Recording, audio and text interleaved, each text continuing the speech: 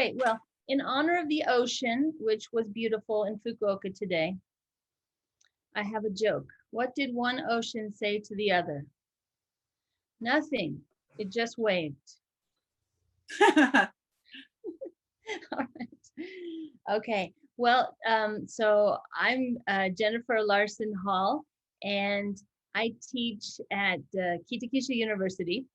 I think that my background is a little bit interesting because I actually have taught in the US as well. I only came to Japan because my husband was studying Japanese. I studied Russian and Spanish in college, and I had a job at the University of North Texas for 8 years. And then he got a job at Kyushu University, so I came here to Fukuoka. So are we using Snapchat? Can I become a potato? All right. So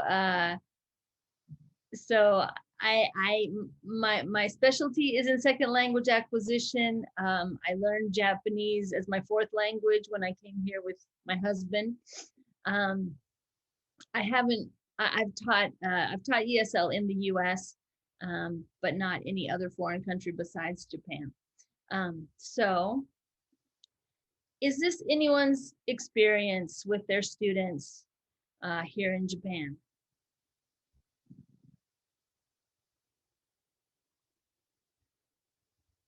So yes. Yes, right. If we look at their writing, it's pretty good. It's pretty sophisticated, but when we ask them to speak, they look like a deer in the headlights, and they can barely eke anything out.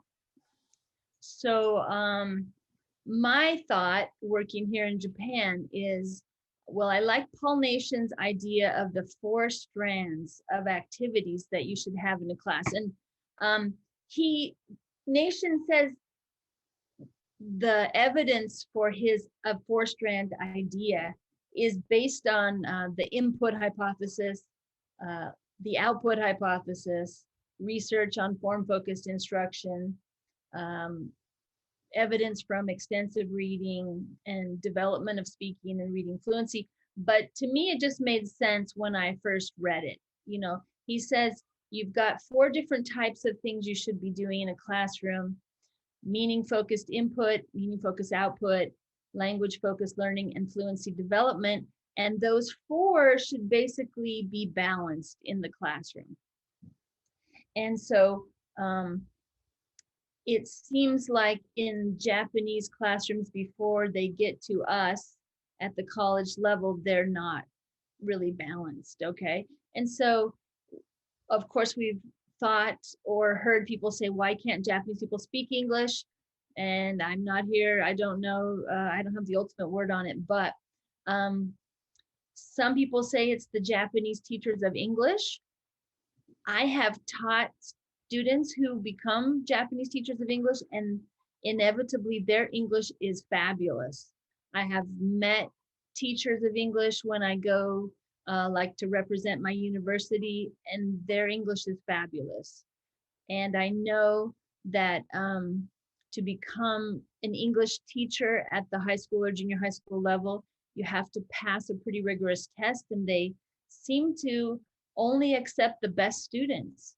So just anecdotally, my sense is that it's not the Japanese teachers of English, at least if it ever was, it's not now. Yeah, oh, I'm sorry. The teachers I've met have been great at speaking English. Sorry, some words got cut off there. Okay, so of course, we know that a lot of the problem is probably test washback, in that the students, when they take our entrance exams, they have to write an essay. They have to read paragraphs, and they have to write some paragraphs, they have to read essays. And so they have to be able to decode those. And so they're pretty good at it. Actually, they can do pretty well. I mean, their writing is not the best, but they know a pretty impressive amount of vocabulary to be able to understand the essays that we give them. By the way, on my first year on a entrance exam committee, I said, could we add a speaking test to this test? And they were like, no, of course not.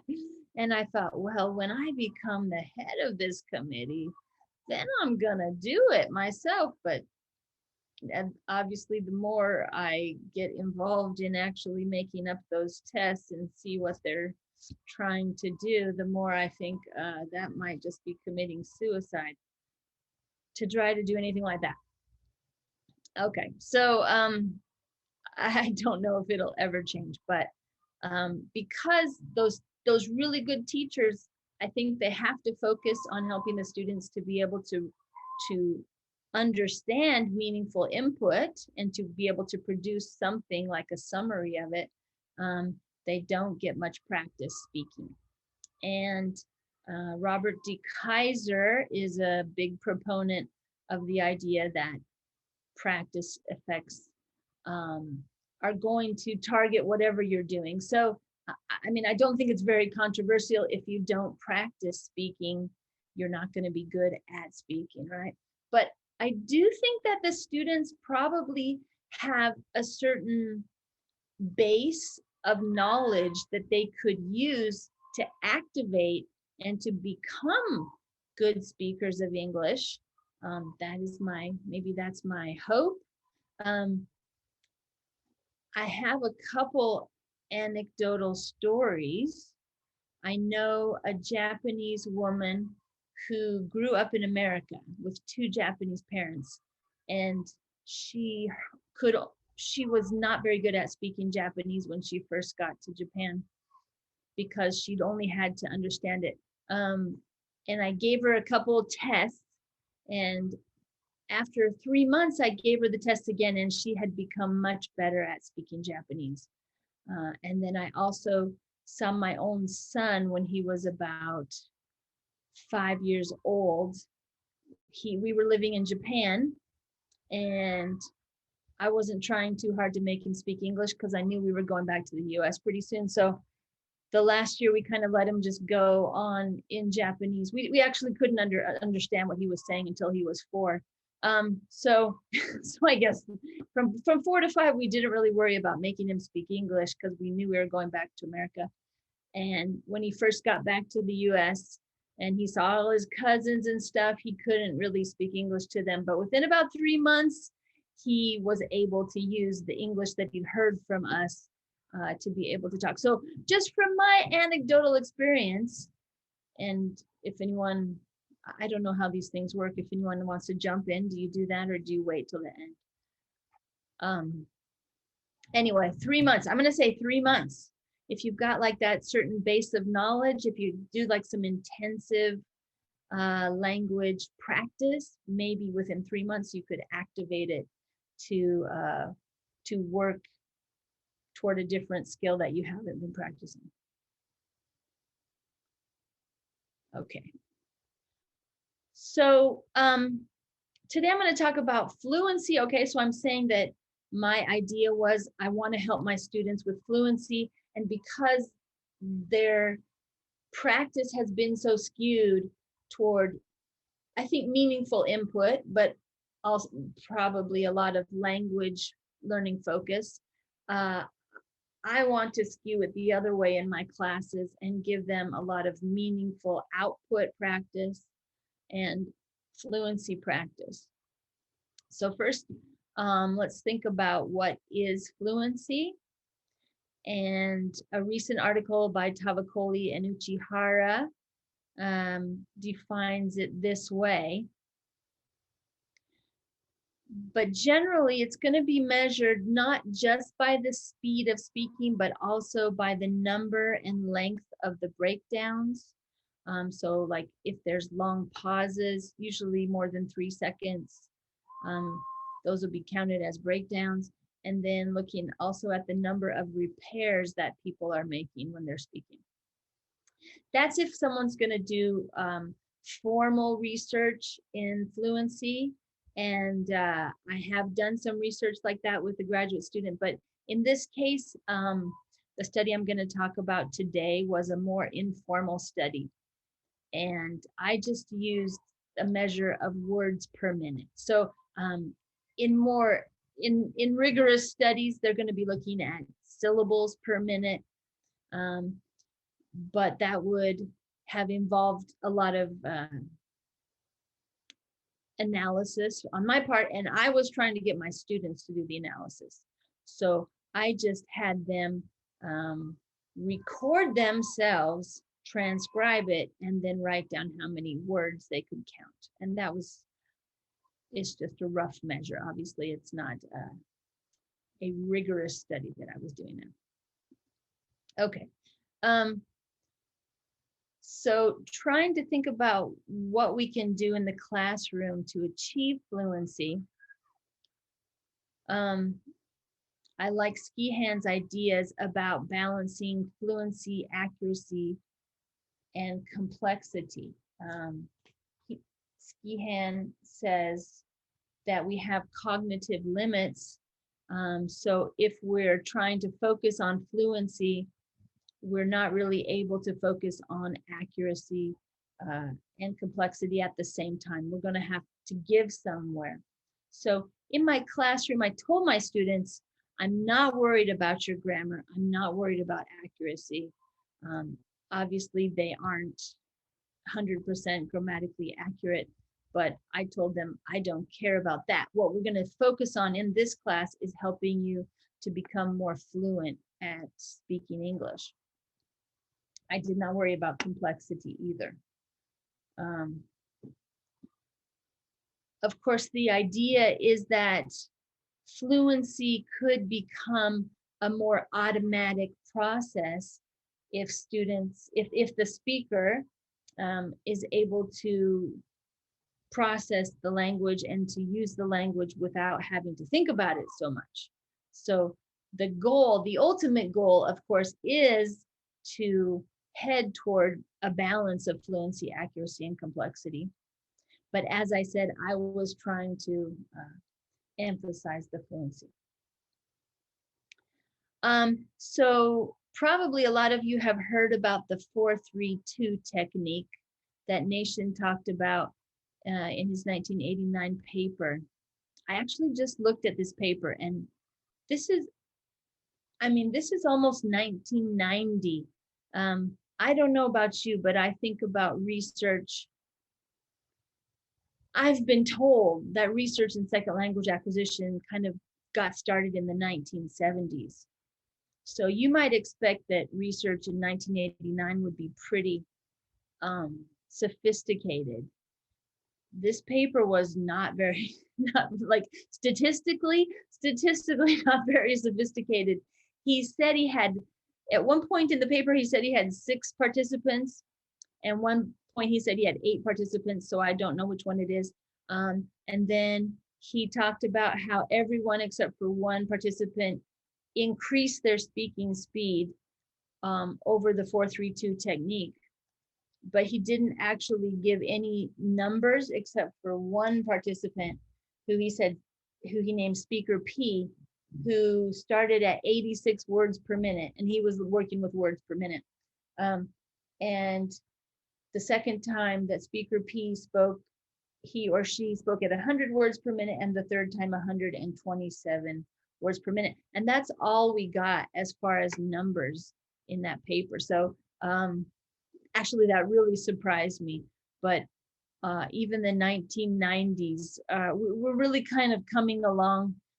Probably a lot of you know I'm interested in issues of methodology, and we're really coming along in the methodology, have made a lot of progress, I think. Okay, well, anyway, has anybody used the 4-3-2 technique?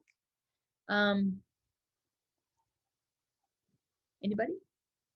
I see a no. Thanks, Steve. A yes. Sorry, I don't know what the technique is. Okay. Well, the 4-3-2 technique. Okay, here's how Nation describes it. You give students a topic, and you give them a couple minutes to think about it. and then they're supposed to talk about it for 4 minutes with one partner. Then they change partners and they talk about the same thing, but they try to do it in 3 minutes. And then they change partners again and try to talk about it in 2 minutes. So the idea is they're repeating the same thing, but they're getting faster at saying it each time. But their partner's not getting bored because they have different partners. I tried this with a class once, and what I found was it takes way too much time. That's 9 minutes for one person.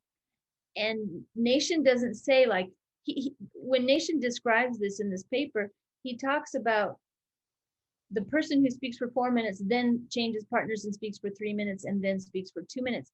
So if you've got, say, one side of 2 rows doing that, these people are just sitting and listening for 9 minutes, saying nothing.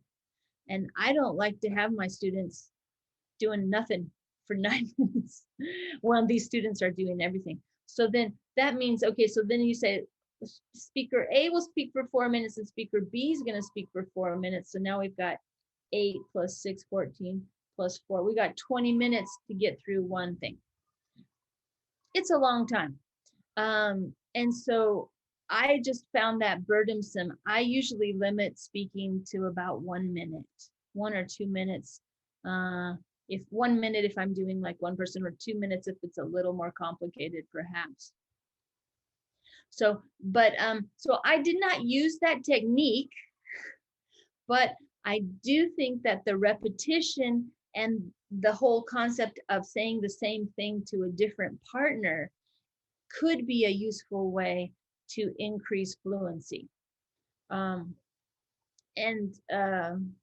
So I'll tell you more about this class in a minute, but just so you know that repetition has been proposed as a way to help students become more fluent.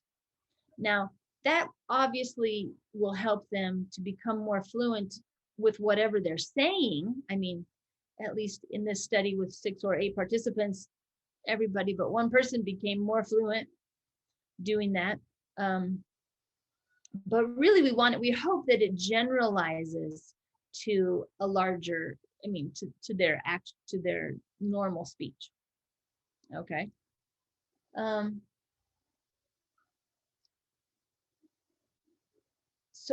Also the research on fluency, accuracy, and complexity has shown that when speakers have some time to plan and they repeat what they say, then they are able to free up their attentional resources so the fluency can improve. Okay, one thing I don't mention here, but is popular in Japan is shadowing, is one idea for how to achieve fluency. And does everybody know what shadowing is? Be good to hear a definition. I'd like to hear a definition.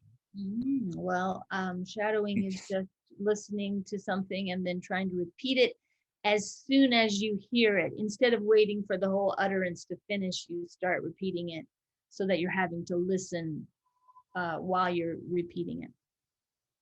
So I've got a student who's interested in this right now. And we've been reading that it's a technique often used for training simultaneous interpreters. But in Japan, especially, people have used it as a way to try to target, well, a fluency, but also a lot of people think it could help with intonation for students to be copying the intonation of whatever they're listening to. Okay, so I'm not going to talk about that anymore, but another thing that's been brought up in the context of becoming more fluent, helping speakers become more fluent, is using formulaic sequences. And formulaic sequences are just collections, collocations, idioms, phrasal verbs, things like that, where you have more than one word. And it's like using a prefabricated chunks of language. So if you say, well, in my opinion, if for you that's one whole chunk, you don't have to put that together online. You can just pull that out of your bag of vocabulary. That's going to make you sound more fluent and not take as much attentional energy. And in fact, native speakers, some researchers estimate that like half of what native speakers say is formulaic, is these chunks of language that we use over and over again and that we're not really putting together grammatically, but we've got them like building blocks in what we're saying. So, I'm sorry, well, they say 1/3 to 1/2. Yeah, there we go. So that's something I've been interested in looking at too, is whether it could help to teach students some formulaic sequences and to try to use those in the classroom. But that's not what this research is about. Okay. Drills, probably if you're thinking about fluency, how to help students become more fluent, drills come to mind. An article by Christina Paulston in 1970 tried to define 3 different types of drills: mechanical drills, meaningful drills, and communicative drills. So mechanical drills are basically drills that you can do without actually understanding the language. So for example, if I give you the cue, walk, and the student says, I walk to school every day, and then you say run, and the student says, I run to school every day, and you say boing, and they say, I boing to school every day, but they don't know what boing is, and neither do you, because it's just a nonsense word here. That means it's a mechanical drill. And basically the thinking is, if students are doing mechanical drills and they don't have to think about what they're saying, this is not really a good way to learn the language. It could be helpful for pronunciation, possibly, like some intonational contours or pronunciation of specific words.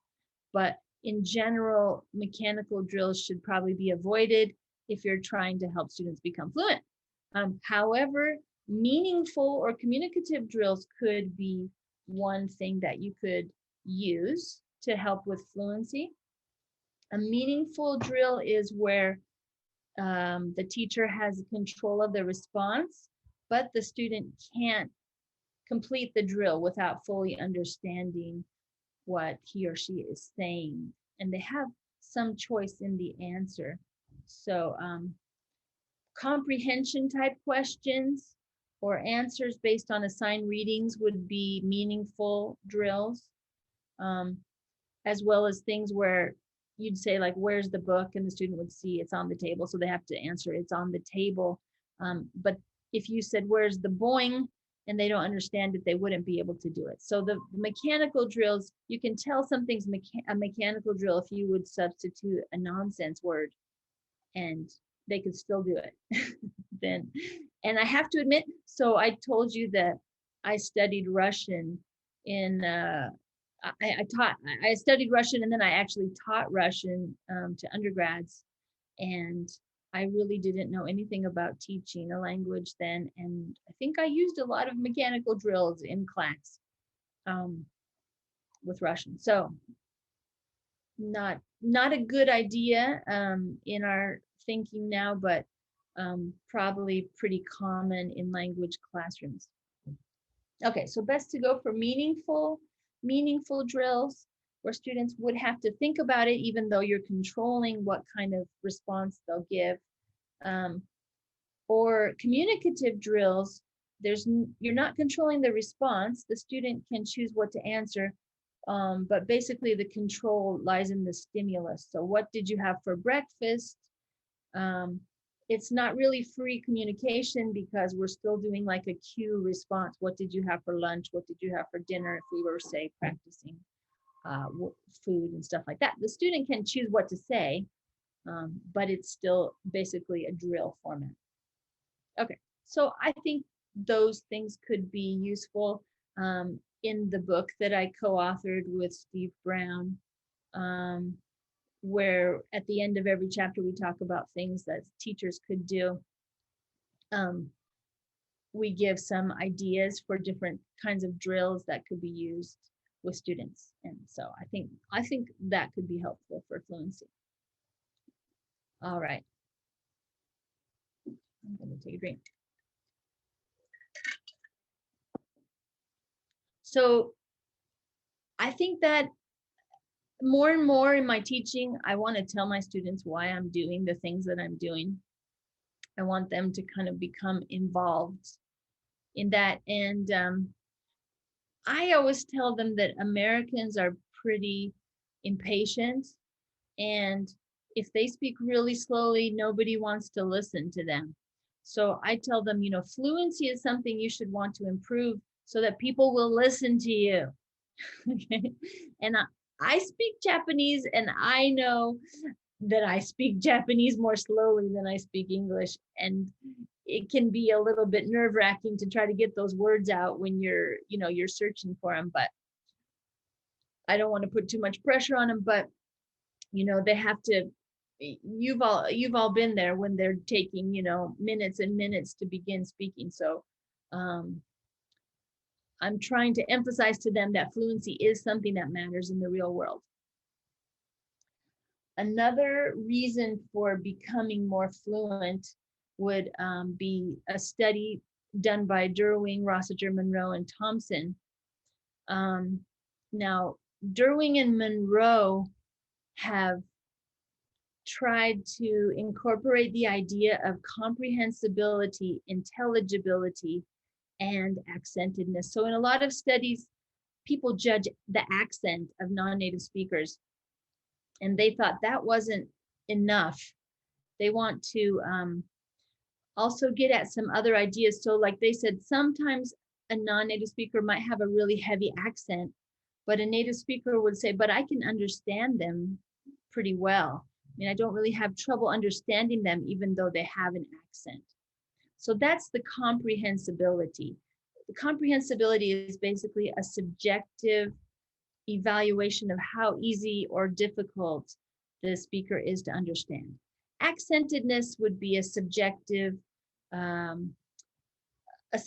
rating on how heavy their accent is, right? How different it is from a native speaker accent, I guess. Intelligibility is actually an objective measure of how much the judge understood of what the speaker said. So that's what that would have the judge writing down what the speaker said, and every word that matches is counted as a point or something. And so you can give an objective measurement there of the intelligibility. So Derwing and Monroe have promoted the idea that we should be looking at those three different parts of accent. And they looked at these Mandarin speakers of English over a year. And what they found was that the speakers who spoke more quickly were judged higher in their comprehensibility, no matter what their accent was. So a higher fluency basically means people are going to feel like they understand you better.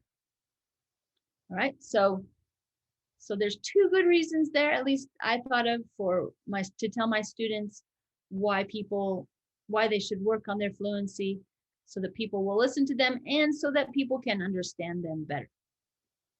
Okay, and because it was a class, I also gave them a grade for it. So that was another motivation. Okay, and just for the sake of interest, right?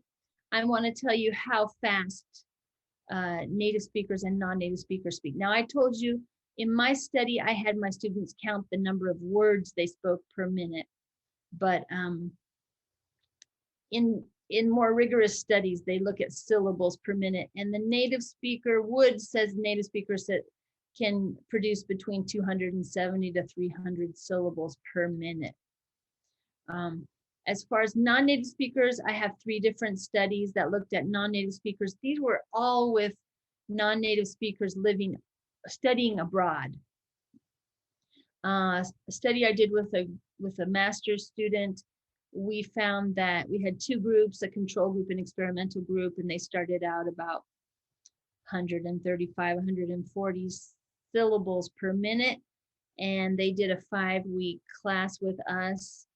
And after that, the control group did not improve, but the experimental group increased to 151 syllables per minute. So you can see that's about half of what the native speakers are speaking.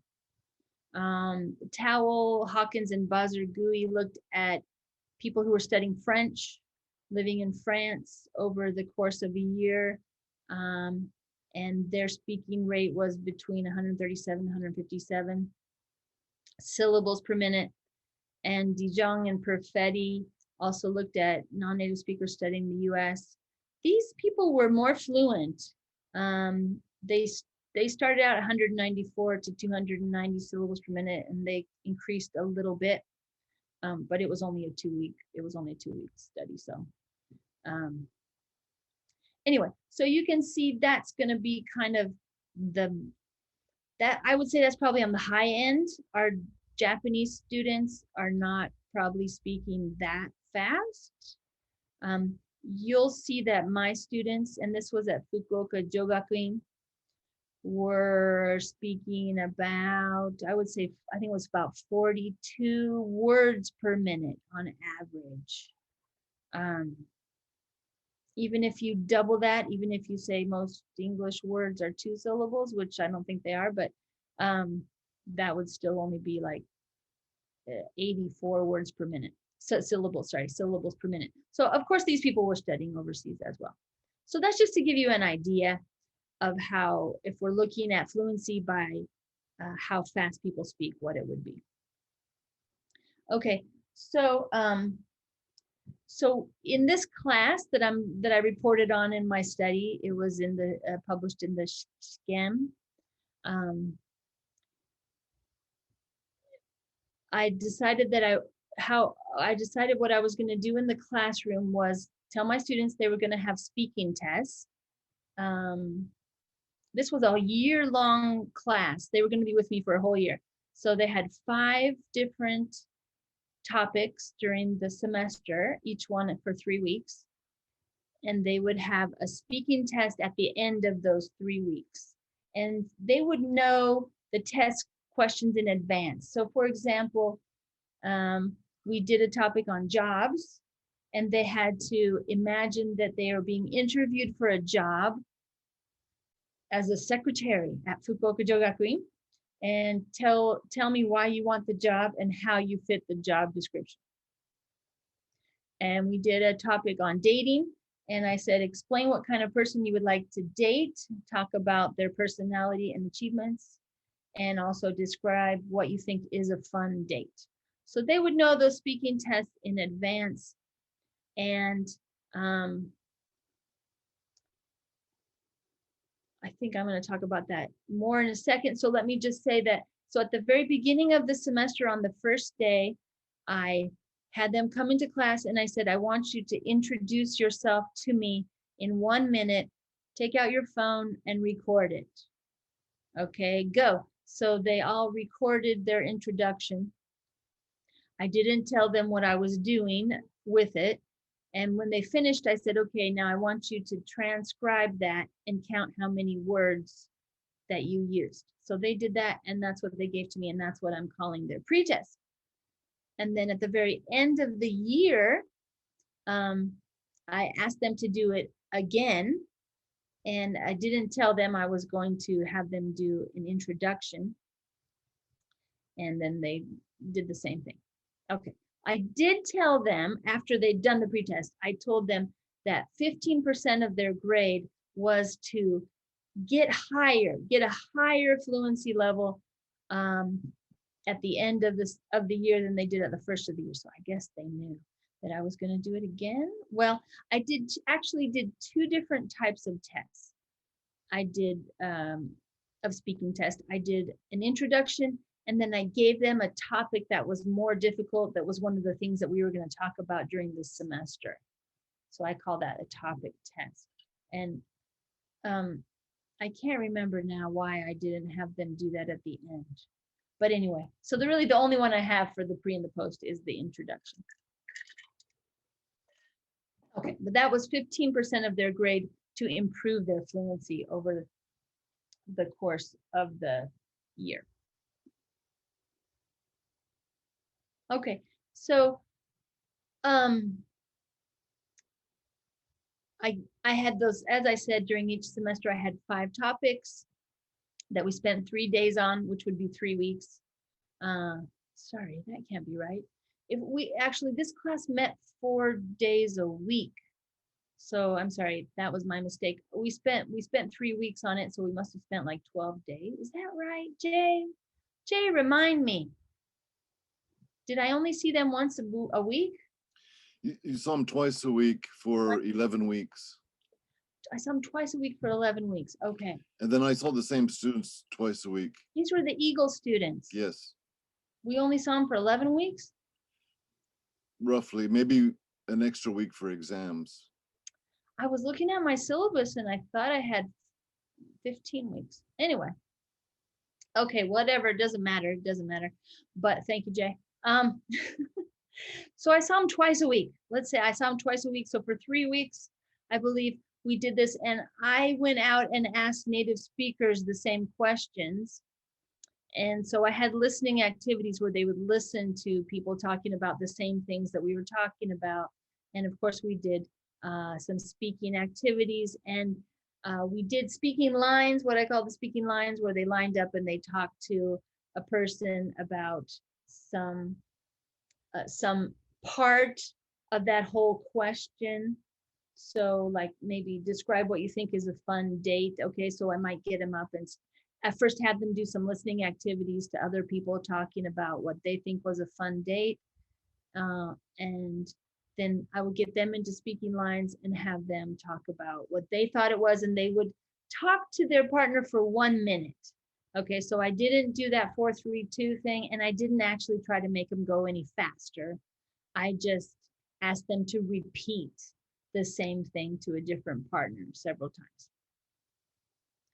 Now, after they would talk in their speaking lines, I would ask them, do you have any vocabulary you need help with? Is there anything you wanted to say that you didn't know how to say? And as could be predicted, nobody ever asked me for any help. So I think I had a better idea the second semester, which was I would have them at the beginning of the unit do a 1 minute speaking on whatever topic that was. Okay, so if it was like, what kind of books do you like to read here in my books topic, they would do their speech and they would write it out without us before we had started anything. And then I looked at their vocabulary and I gave them some suggestions, and here's some examples. Like if they said fantasy makes me fun, then I would suggest, okay, well, you can say fantasy is fun and exciting. It wasn't so much grammar as just trying to say it in the right way, I felt like. Or this story, I can't see that part. This story moves my heart. Instead, say it was a moving story. And then after I corrected that, then I had them give that speech while looking at their corrections to their partners.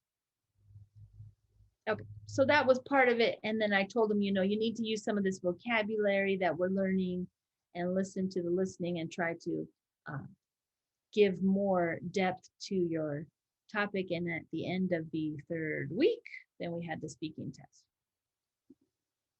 Okay, so because I had to write a paper for Fukuoka Jo Gakuin, I got the results here and I wrote this paper.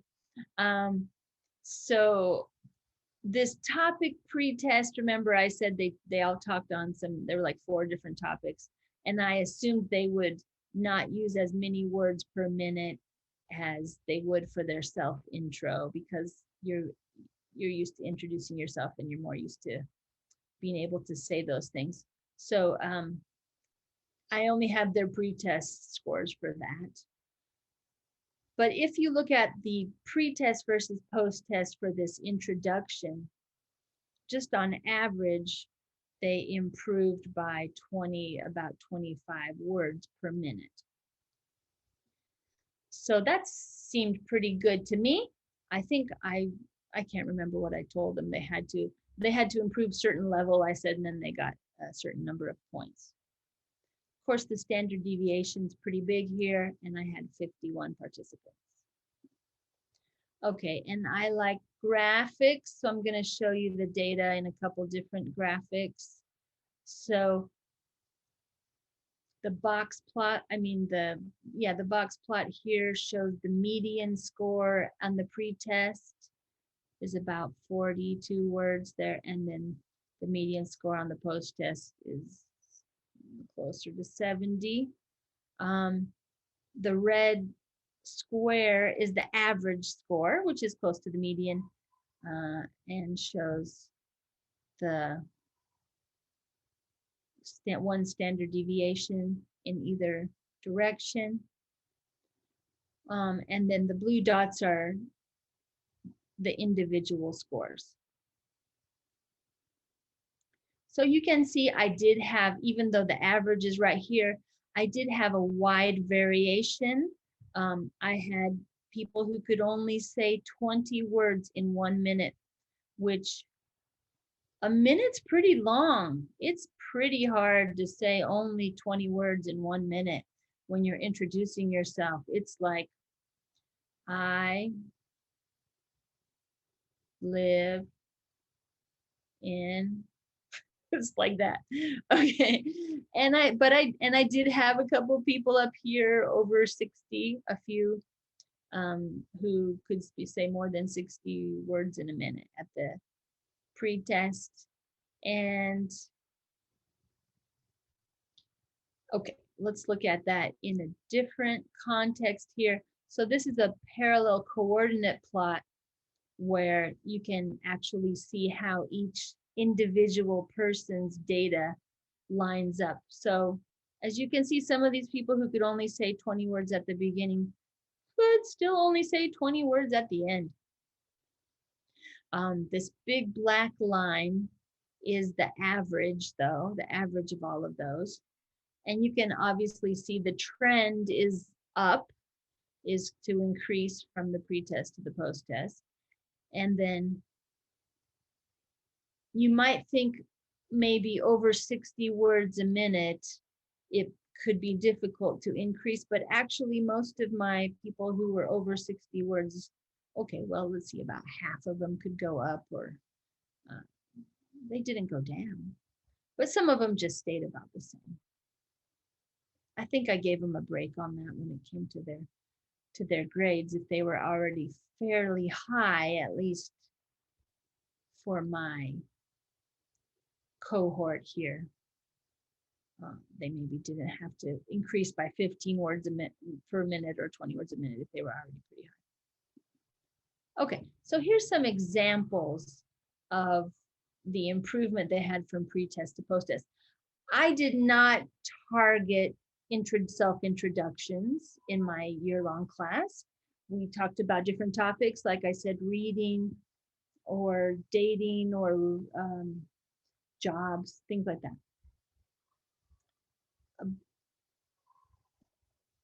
So here, these two examples are pretty typical examples of people who increased their speaking rate quite a bit.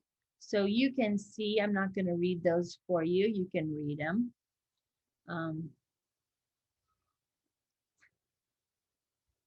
But you can see they have a lot more details in there.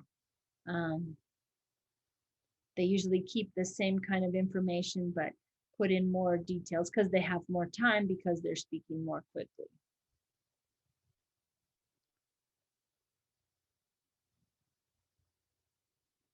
I mean, we didn't get into the fact that, you know, there's 5 people in my family. I have 2 sisters. I like chocolate. Perhaps wouldn't be the most pragmatically appropriate thing to say in a self-introduction. Okay. This example by MT is an example of someone who said very few words at the beginning. She was able, they were all women. This was Fukuoka Jo Gakuin, which is all women. She was able to more than double her number of words, even though it's still quite small. My feeling is I've really thought about how to help students improve and try to do it relative to themselves instead of relative to some yardstick that I'm going to give them. So, I mean, I'm really proud of somebody who can increase their speaking rate from 15 to 39 words a minute, even though they're still speaking pretty slowly. But I want to encourage them to go from where they are, to take whatever they have, that base, and to try to use it to improve their speaking and their fluency. Okay, AY is an example of someone who was able to actually say a lot at the beginning. And so she did not really, I would say she really didn't change much. As you can see, she pretty much says the same thing at the beginning and at the end of the year. They did not see their self-introductions from the beginning, so they weren't looking at that. Just they knew the number of words that they produced. Okay, and the last one, this is one problem is an example of a problem I had with this activity, which is that as you can see here, YE decreased in the number of words from her pre-test to her post-test. So this was something that I wanted the students to be aware of, their own fluency, and that they're working on. So I mean, obviously, if it had been like a rigorous study, I would have gathered the data, the recordings, and I would have transcribed it. But I just asked the students to transcribe it. So probably YE doctored her pre-test. You can see it's a lot more grammatically correct and complicated than her post-test. So about the middle of the year, I did a check on them. So they were supposed to be talking about food, and they were supposed to describe how to make a dish that they could prepare. And I had them give me their recordings and their transcriptions. And what I saw was that a lot of them were doctoring their transcriptions in the sense that they were making them more grammatically correct, and they weren't putting in repetitions or false starts. And so at that point, I said, hey, guess what? If you put in all those repetitions and false starts, you can actually get more words. You're actually saying more words per minute. So I said, I want you to put that in because that's the way people actually talk. And they were hearing that in the listening activities that I brought in. They were seeing false starts and all that kind of thing because I wanted to give them authentic materials. So this is an example of someone who I think doctored her pre-test, but did not doctor her post-test. So she had fewer words.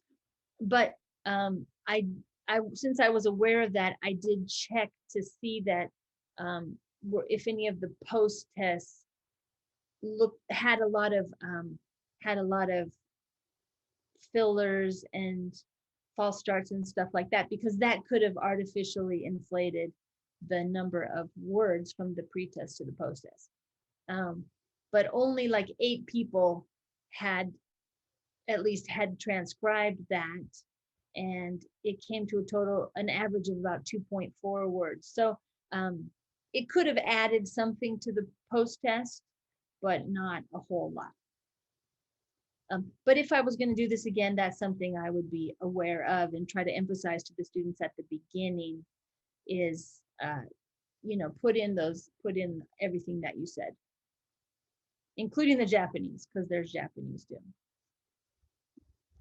Okay, and that's my bibliography there if you're interested of any of the studies I talked about. And I see that I was talking for an hour, so I'm done. Everybody, can we virtually or otherwise applaud, please? And got my sharing there. I'm sure there's going to be questions from everywhere. So shall we just open the floor? So there's actually a couple of comments in the chat, which I missed. I'm sorry, I wasn't looking at the chat. Neither was I. Okay, should we look at the chat comments first?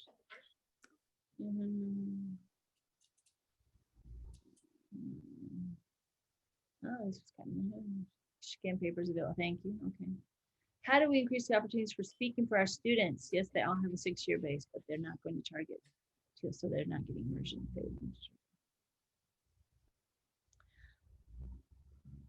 I learned Spanish and Russian living in America. So I actually don't think that you have to live abroad to get a lot of practice with English, but obviously motivation is a big part of that. If students, want to get more English in their lives, there's plenty of ways to do that. I'm actually with some of my students this semester having them listen to videos and just tell me about it. I'm a little bit afraid that that's making videos not fun to watch because they have to do it for a grade. Jennifer, I really sort of put the question in because in the beginning, it seemed like just, well, from your sort of anecdotal stories and also from some of the research you were quoting, that people were being assessed, or the research was being done on people who were in a native speaker environment. That was the only reason I put it in there. And then you sort of moved on to talking about your experiences here. So I kind of get that. But even so, if your students were getting you twice a week and they're getting Jay twice a week, they're getting people 3 times more than they get me a week. Yeah, I mean, Fukuoka Jo Gakuin, I thought had a pretty good program, actually. This was their highest level of student, the Eagle student. Right. Best students, and they got 4 times a week.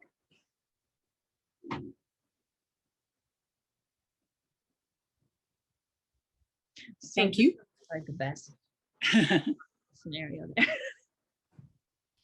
Can I just make a comment about, so at the beginning you were talking about washback, and so basically one of the theories about the lack of fluency in Japan is because of test washback. And to me, I think it's a little bit more complex than that, because one of the issues with washback is it's not directly a function of the test, it's the perception of the test, and often people misperceive what's happening in the test.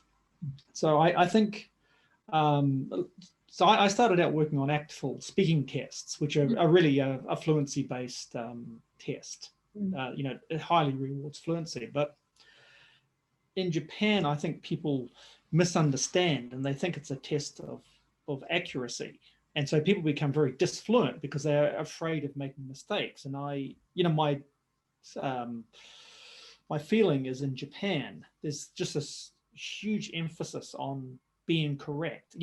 So students expect the teacher will explain what the correct answer is. So a teacher who spends more time explaining is a better teacher. And you see it in writing of the hyper correction of every little mistake. And you're never going to be fluent if that's your perception of what's happening. So it's partly the teachers don't understand, the students don't understand. So. Totally agree with you. So, I mean, that's why I keep feeling like more and more it's really important to talk to the students about this. I mean, I don't know how much they actually can change, you know, this, I mean, this is ingrained in them, this perfectionism in school. But I've been teaching at Seinan part-time, and I've been telling them, like, I don't know, good answer. You know, just give me a good answer. I don't know, is a perfectly good answer. They've been doing it. So I think we need to keep telling them, you know, I don't care about your grammar's good enough. We need to focus on these other things. Oh, am I calling on people? Shirley, yeah. Hang on. Oh, I'm on. Right. Thanks, Jennifer. Actually, I noticed that point when you mentioned it when you were talking, because so I agree, and I agree with Trevor's point too. So for my students, I'm really focusing on communication as opposed to good English. Bob, please say hi to Tim. And so lost my train of thought now. Oh yes, so I used to in the past explain to my students what the purpose of the task was for them, and then I would go on to explain what the purpose of the task was for me in terms of, you know, I'm doing this in order to, it's a pronunciation exercise, or it's fluency, or it's a combination of these. I mean, basically I've done pretty much everything you've talked about in a fairly synergistic sort of way, I guess I'd describe it. But each activity I would explain, we're doing this activity today, which might have been the same as last week's activity, but actually it's got a different purpose this time. And so I used to spend a lot of time explaining that to them. But I've actually kind of tossed that out of the window because I found that, as Trevor mentioned about other things, I spent all the lesson explaining shit and students were not actually talking. So what I've been doing the last few years is setting up a rubric for any activity that I'm going to do. And at the outset of the activity, getting a couple of students, for example, if it's going to be a pair thing, to do a demonstration. Everybody else has a copy of the rubric. Everybody has to grade the rubric. And then we compare their grades with my grades. So I want to introduce the idea of peer review to them, but also I found that just by actually doing and seeing how they get graded and having to make those judgments themselves was quite effective, because basically the first time they did it, I would actually score them rigorously against the rubric. So often they'd be getting maybe 1 out of 10 or 2 out of 10. And because I graded it, they'd think that it was a grade for assessment, but usually the following week I'd say, well, that's how that worked, and do you see where you went wrong, and what I want for you, what you need to do to actually get a good grade. And I know you were talking about the examples being words per minute, syllables per minute. So this semester I had my students doing short homework videos where this was one type of exercise with one specific purpose in mind, where there was not to be a break any longer than 3 seconds. So they had to speak, and I didn't really care what they said. So it was like, I don't care what you say. You can, you know, if you suddenly jump into your laundry list or what you want to eat for dinner, I don't care, as long as there is no break. So I actually found that was more efficient in classroom speaking time for them. So rather than me spending a lot of time explaining what I wanted them to do and why I wanted them to do it, it was just, okay, you got 1 out of 10. Go back to the rubric. Think about what it is the rubric wants you to do. Yeah. Well, thanks. Yeah. Yeah, I don't think you want to spend very much time telling them, explaining. I mean, I think we might be talking about different things. Okay. Yeah. I mean, if I'm just saying, like, I would say, I'm interested in you guys getting fluent because Americans don't want to listen to you when you talk real slow. Right. That's about as far as I went. So, but that sounds really interesting. That thing, how you said that was homework? It was, so individually, actually I did it as in groups as well. So yeah, I did it for homework and they'd have to post the video. How long was it? It depended. For individuals, it was only 1 to 2 minutes, but for group work, it was maybe anywhere between 3 to 5, sometimes 6 minutes, if there was like 3 in a group. I think that sounds really good. Yeah, like saying keep talking, don't let any pauses come in. Yeah, so in group work, the focus was on everyone participating. So if one person stopped for whatever reason, I said, I don't care who speaks next, but someone needs to speak within 3 seconds. Okay. So just to try and get, because they're not very good at interrupting each other or commenting on each other or offering up anything really. Yeah. So yeah, that was sort of the purpose of that. I've always thought Japanese are not good at small talk. Yeah. I don't know if it's just their English small talk or if they're okay at Japanese. They must be okay at Japanese small talk, but they can't really translate it very well into English small talk. I have to tell you, in the last few years, late teens, early 20s Australian students don't have a particularly good grasp on small talk either. So I don't know that I'd say it's only the Japanese. Okay. Well, But Paul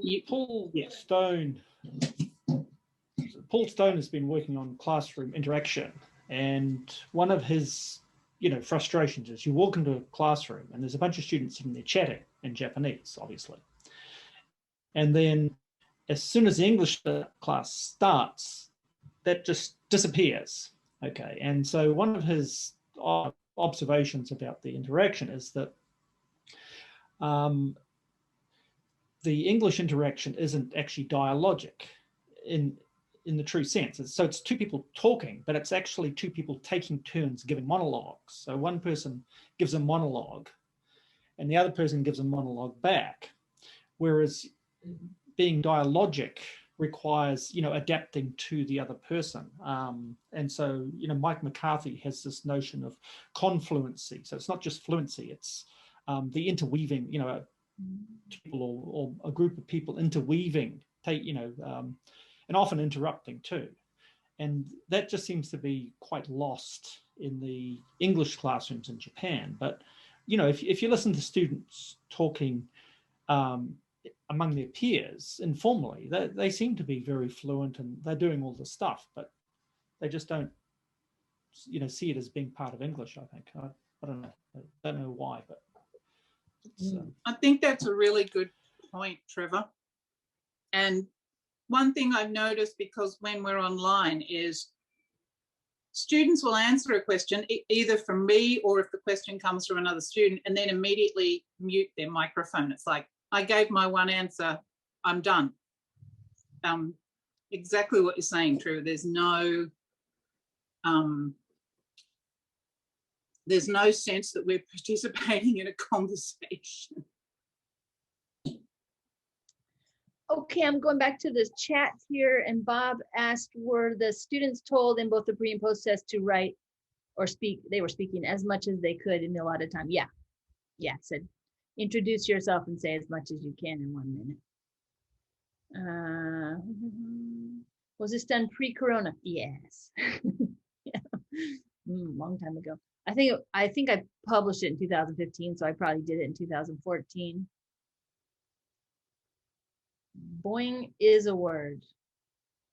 Well, I mean, is boing? Yeah,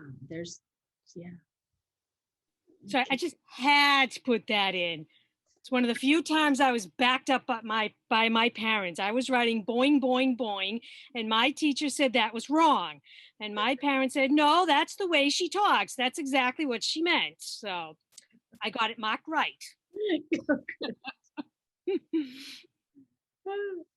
Okay. I think that's all the questions on the chat to answer.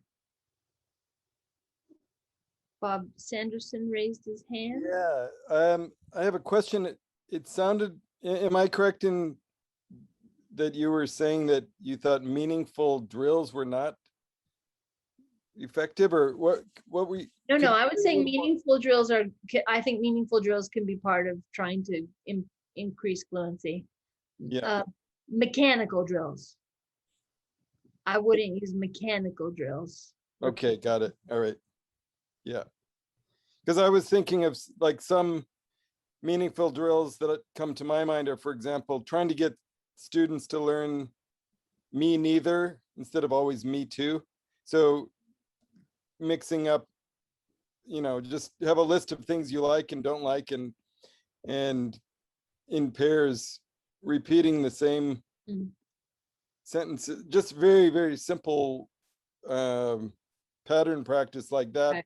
But meaningful. But they'd have to understand what the other person's saying to decide. Yeah, talking about bands or talking about things that they like and don't like, but anyway, doing that is part of what they're talking about in their lines, as you put it, timed conversation, right?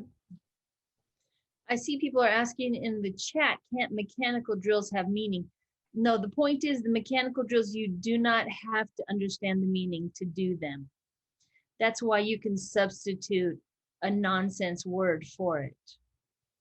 So if I give you the cue, right, run, and you say, I run to the store, and you just put in run, and I say, slurk. You can say, I slurk to the store without understanding what you're doing. So that's, I mean, I did that in my Russian class just because Russian's got this crazy grammar, and just like to practice, I mean, you did have to think about whether the word was masculine, neuter, or feminine so that you would decline it when it was the direct object. Would that be meaningful? But I don't think that's meaningful, because if you heard like the word, like chachka, and you can say chachku, even though you don't know what the word means, you just decline it. So that's the kind of thing that I don't think actually translates over to being able to speak the language, because you don't have to think about it. So when you're thinking about it, speaking the language, you don't. But on the other hand, if you change from you to he or she, they have to add an S. So I mean, they are. But you can do that with a nonsense word too. That's true. That's true. What's wrong with that? So that at least they're picking up that they need to add an S, for example. Russian is so hard. I don't know. It could, I couldn't say 100% that it was totally useless with Russian because it has such a complicated grammar.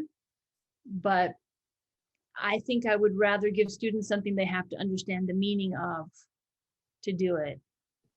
I think you could still get that kind of practice, but put it in something meaningful. Like I'm not quite thinking of it right, but Van Patten has some ideas in his book about what is it? Anyway, like you could, very simple grammatical activities, but you'd have to understand like if it was male or female in order to answer it. So you'd have to choose the answer. I think you could make it meaningful, but still practice those grammatical patterns. Oh no, slurk is a word. I couldn't think of a nonsense word. Wait, slurk is not a word.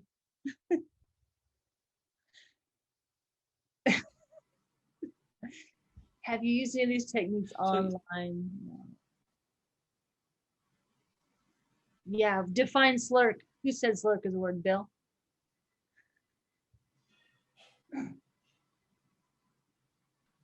I was just asking the question.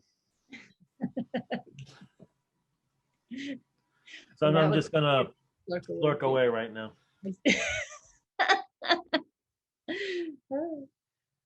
Slacking at work.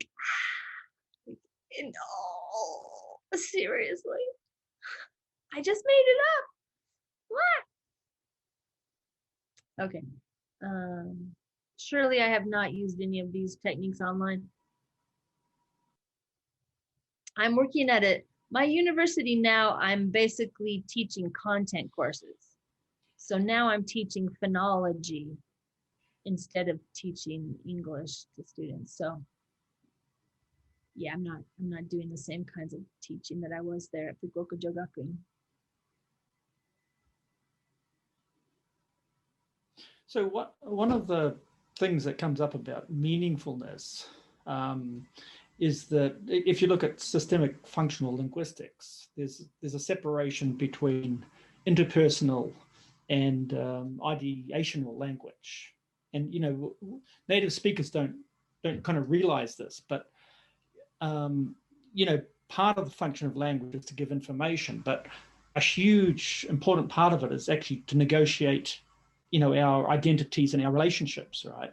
And so if you can't do the interpersonal side of it, the informational side of it is actually not very useful. And again, this is something I think in Japanese classrooms is overlooked. So there's all this emphasis, you know, people think meaningfulness is giving information, whereas probably the more important side of meaningfulness is actually negotiating our roles and our identities and all this, you know, and we just do it constantly, just, you know, and we don't even realize we're doing it because it's just such an important part of being human.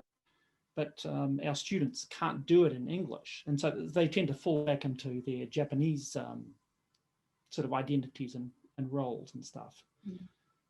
Any thoughts on? Trevor, could you give a couple of concrete examples of that? Because I'm not quite grasping it, but I'm very intrigued. Okay, well, I mean, basically, if somebody says something to you, the first thing you have to do is judge who is this person. Are they somebody who is important to listen to? You know, because basically you're just giving information. We always make this judgment of who is the person, why are they giving this information, and you know, and so basically this is part of the thing. We see it very obviously in writing, of you have to position yourself with respect to your audience. So, for example, we're all teachers, so when we talk to a student, our roles and our relationships are different. We're the figure of authority. Okay. Many of us have been students at the same time as being teachers. So when we talk to a professor, a more senior person, our role is different. But then, of course, you might go out and run into your professor socially, and then your roles change. And so you have to kind of negate what those roles are. And we do this just all the time. You know, people are just constantly changing their roles according to the context, but we don't even realize that we're doing it. It's just so natural, you see. Whereas what tends to happen in English classes is it's this giving information. So you ask a question, you get some information, but you're not actually doing all this negotiation of the people. I spent years teaching business English, and a lot of my students would be doing international negotiations with people from other Asian countries. So both sides of it are non-native speakers of English. And those guys, they were pretty much all guys, they were really, really good at that, of the strategic side of figuring out, you know, who the other people were. That's why they were good negotiators, right? Right. But, you know, both sides are doing it in a second language. But you get the people who haven't been overseas, and, you know, they talk like robots, because all you're doing is just getting this information, and what's missing is the kind of human side of you know, having an identity and negotiating and reacting, and you know, and so that should be part of fluency as well, because we tend to think of fluency as just being the rate of information transfer, you know, whereas you get somebody, you know, Bill Clinton was famous for he could walk into a room and talk to anybody, right? George W. How much do you think that can be taught, or how did you teach it? And the reason I'm asking is because what you're saying reminds me of so I've had an exchange program going with a Thai university for about the last 8 years, which is in real time, and we usually have students one-to-one. And about 4 years ago, I had a Japanese student. He probably had the lowest level of English in the class, which was pretty low. I mean, he pretty much had nothing. But at the end of the semester, we only got to meet the Thai students, I think 6, 7 times, because their academic year doesn't completely cross over with ours. He was the most popular student. Every Thai student wanted to talk to him. Everybody wanted to talk to him. I mean, he was really enthusiastic about, I don't know if he was actually enthusiastic about learning English. He was enthusiastic about communicating with them. So he'd sit down during his one-to-ones with his dictionary, and he bought a special book, and he was doing homework. I didn't see him taking his English any further at the end of that semester, but there was something about him that everyone wanted to talk to him, even the very high level, the Thai students who had a high level of English. He was still the most popular person to talk to. So that kind of, that skill of assessing, or I don't think he did it consciously, but that skill of being a good communicator and a good negotiator, is it something that you can teach? I mean, how did you approach it with your business English students? We'll see, a lot of it, I think, is just getting access to lots and lots of different contexts. And so this is the problem with drills, is in one way they're kind of meaningful because there's information there.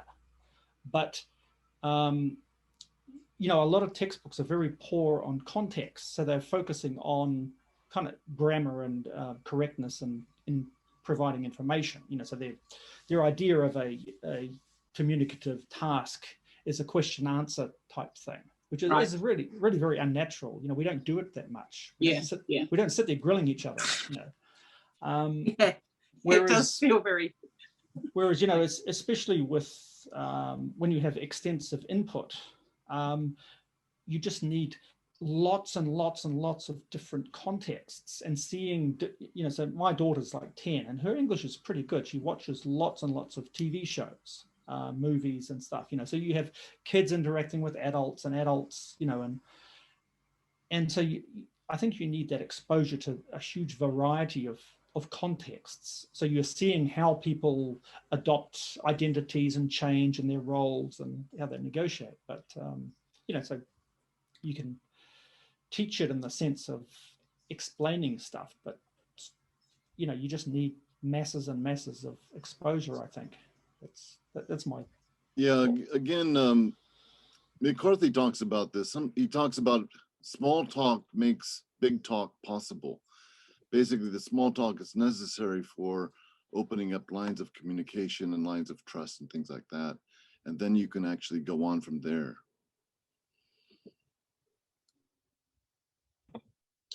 I think you can see something similar with native speakers. There are some people who are able to have a sense of what's going on, and they tend to be more popular because they're easy to deal with. And there are some people who like don't get it, or are tone deaf or whatever, and without meaning to be cruel or mean, they just say the wrong thing at the wrong time. So they have a misunderstanding of their context. Yeah, I've had a few students who were pretty obviously on Asperger spectrum things, and, you know, really nice, and their English technically was really good, but, you know, having a normal conversation is impossible for them. They just don't work the way you know, socially they just can't handle the social side of it, and it's yeah. Jay, on that point about small talk too, and Jennifer, you mentioned this, I don't know what your experience is, but I find my students generally, not all of them, but they have very poor general knowledge. And that's one of the reasons I think they find small talk quite difficult. Not only poor general knowledge, but, you know, depending on their family culture and their background, they've often had quite limited and constricted life experiences, basically. They haven't been anywhere within Japan, let alone outside of Japan. And, you know, shopping and sleeping are their hobbies. So it makes it quite difficult for them to come up with small talk topics with their peers. Well, Although like Trevor was saying, I mean, talking about Paul Stone, Japanese, if you go into class, often they're chatting away about various things. You know, you just gotta, they just need to talk about things they know about. You know, just ask them, I'm thinking about buying a phone. Should I get a iPhone? Should I get a Android? Or, you know, they'll have plenty of opinions. Or, you know, I was watching TV last night and this thing happened. What was that about? And again, you'll hear, they can talk a lot about that. right. Actually, hello. I actually get my students first 5 minutes to talk in groups on breakout rooms in Japanese, and then they got their 4 boxes with groups of 3, and then I say, right now, write your topic, what you were talking about, and then I take them all out of breakout rooms, and then I put them all back, but I give them the choice to choose which room to go into, so they can see all the topics, and seems to work quite well. Some of the topics no one wants to talk about, so they generally have like three breakout rooms. They're chatting about topics. That works quite well. But they got to speak in English. The second time, I say you must speak in English. So. Thanks, Tim. That's good. Yeah. Well, see, one of the things is that university professors think that things like economic policy or politics are really interesting and everyone should know all about them. And most people don't care. But, you know, if you look at humans all over the world, you know, all cultures have some sort of fashion or, you know, whatever. So people talking about clothes and fashion and hair is actually, you know, one of the most natural things. And, you know, so teenagers are really, really into all this stuff, you know, so music and pop culture and, you know, us old people, you know, we think it's all just trivial children's nonsense, but that's what people spend most of their time talking about. Is basically just nonsense, you know. And so, you know, giving them the chance to just talk about whatever nonsense they want to. Also, some people, anthropological, linguistic people, I mean, oriented people will talk about high context culture versus low context culture. And Japan is a high context culture in the sense that people have a similar background, where if you come from another culture where there's a lot of mixing, you need to talk a lot more because you don't really know what the other person's background experience is. So you don't need to do that. So the thing is in that case, they'll talk about stuff that's not shared. So it's, you know, you just need to kind of find out what those things are, basically. I definitely think you want to meet the students where they are and give your students what they're interested, you know, help them to be able to talk about what they're interested in. Can I share a funny story? I was on a job interview once at the University of Utah, and I was talking to the Italian professor there, and he is subscribed to Krashen's comprehensible input theory. So he was telling me how he had a class one summer where he just gave them various versions of Pinocchio, and he included lots of gestures, and, you know, it seemed like he was very theatrical. and he basically acted out Pinocchio for them so they would get lots of comprehensible input to learn Italian. And then in the hotel that I was staying, it was a boutique hotel, and they had a palm reader. So it was free. So I went to get my palm read, and she's like, "Oh, what are you doing here in Utah?" And I said, "Oh, I'm at a job interview here at the University of Utah." And she's like, "The University of Utah? I took a class there on Italian one summer, and I wanted to go to Italy, and I wanted to be able to order food and, to buy stuff. And all we did was learn about Pinocchio." And I thought, how ridiculous to take, your theoretical ideas so far that you would do that to a class. Of course they want to learn how to say real stuff if they went to Italy. Not talk about Pinocchio. Yeah, Jennifer does this. So one activity, she tells her students to describe a photo on their iPhone or their mobile phone.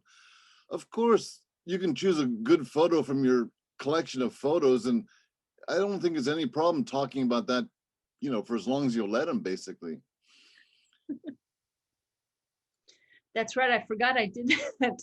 Yes, I talk about pictures you got on your phone, because they do that. They do that in Japanese. Talking about looking for a job, some of my students were preparing for job interviews, and so we did some. It was in a Zemi. There was only 4 or 5 students, so we did some simulations. And okay, so I was really shocked because the first time we did the simulation, the students only said what they wanted from the company, what they wanted from the job, right? So I said, okay, now I want you to imagine that you're the interviewer. So by asking them questions, by asking them to think about the other people in the interview and changing their position, it forced them to think more about the context, to get back to what Trevor was saying before. And so, oh, right, okay, yeah, right, I'm the interviewer. I work for the company. What do I want from the person? And then we did another simulation. Their answers were completely different, right? So I think maybe Shirley, giving the students lots of questions to think about in this situation, A and B. What do you think A's motivation is? What does A want out of the communication? What does B want out of this interaction? And giving them some thinking time at the beginning to imagine in both situations, and then that might help them to learn how to navigate those contexts.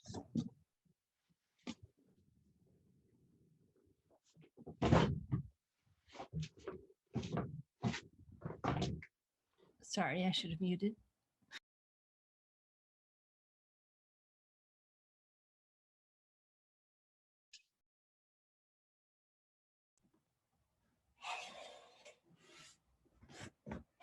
Sorry, just tired of sitting down. Say that sitting down is the new smoking. New smoking, I know. So we should all be standing up and walking around. I do that in the Zoom lessons. I make the students stand up after 15 or half an hour, because you can just see that they're just melting. They're so bored, just sitting down, not moving around. Actually, when I teach Spanish, I teach English and Spanish, and the Spanish classes are hilarious because the students start from 0. And on the first day, I try to speak only in Spanish, and just do it with gestures and intonation and exaggerated expressions. And then I force them to do the same thing in pairs and triads. So they're constantly listening to me and then doing something and then listening and then doing something, listening, doing something. And exactly what you said, I asked the students, what do you want to learn? And they said, ordering food in a restaurant. So that wasn't in the textbook, so I had to make up some materials. So there you are.